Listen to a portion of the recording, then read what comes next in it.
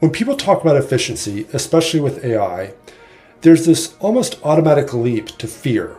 If we need less effort, we'll need fewer people. That intuition feels obvious, but historically, it's almost always been wrong.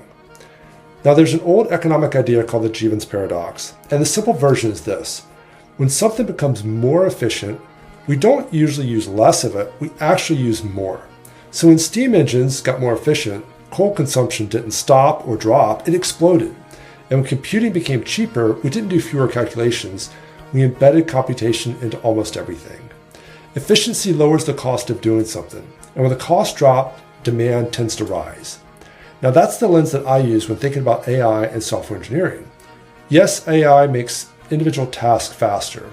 It can help us write code, summarize data, generate drafts, but what that really does is lower the barrier to build things. Some of the ideas that weren't worth pursuing before because they were too expensive, too slow, or too complex become viable. And once that happens, the total amount of work actually expands. This is why I don't really buy the argument that AI is going to shrink the need for engineers or tech talent, because the work doesn't disappear, it moves up the stack. And we've seen this idea of moving engineering up the stack closer to customers for decades, with the advent of things like cloud computing and infrastructure as a service.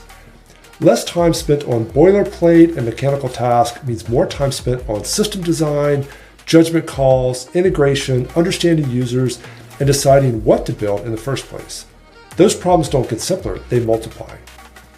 A lot of the fear around AI comes from looking at the work as a fixed pie, as if there's a limited amount of engineering to be done, and efficiency just slices it thinner and thinner. But history tells us a bit of a different story. It tells us a rising tide that can lift all boats. And when these tools get better, ambition grows with them. We build more, we experiment more, we tackle problems we used to ignore. So the real shift isn't fewer jobs, it's different ones.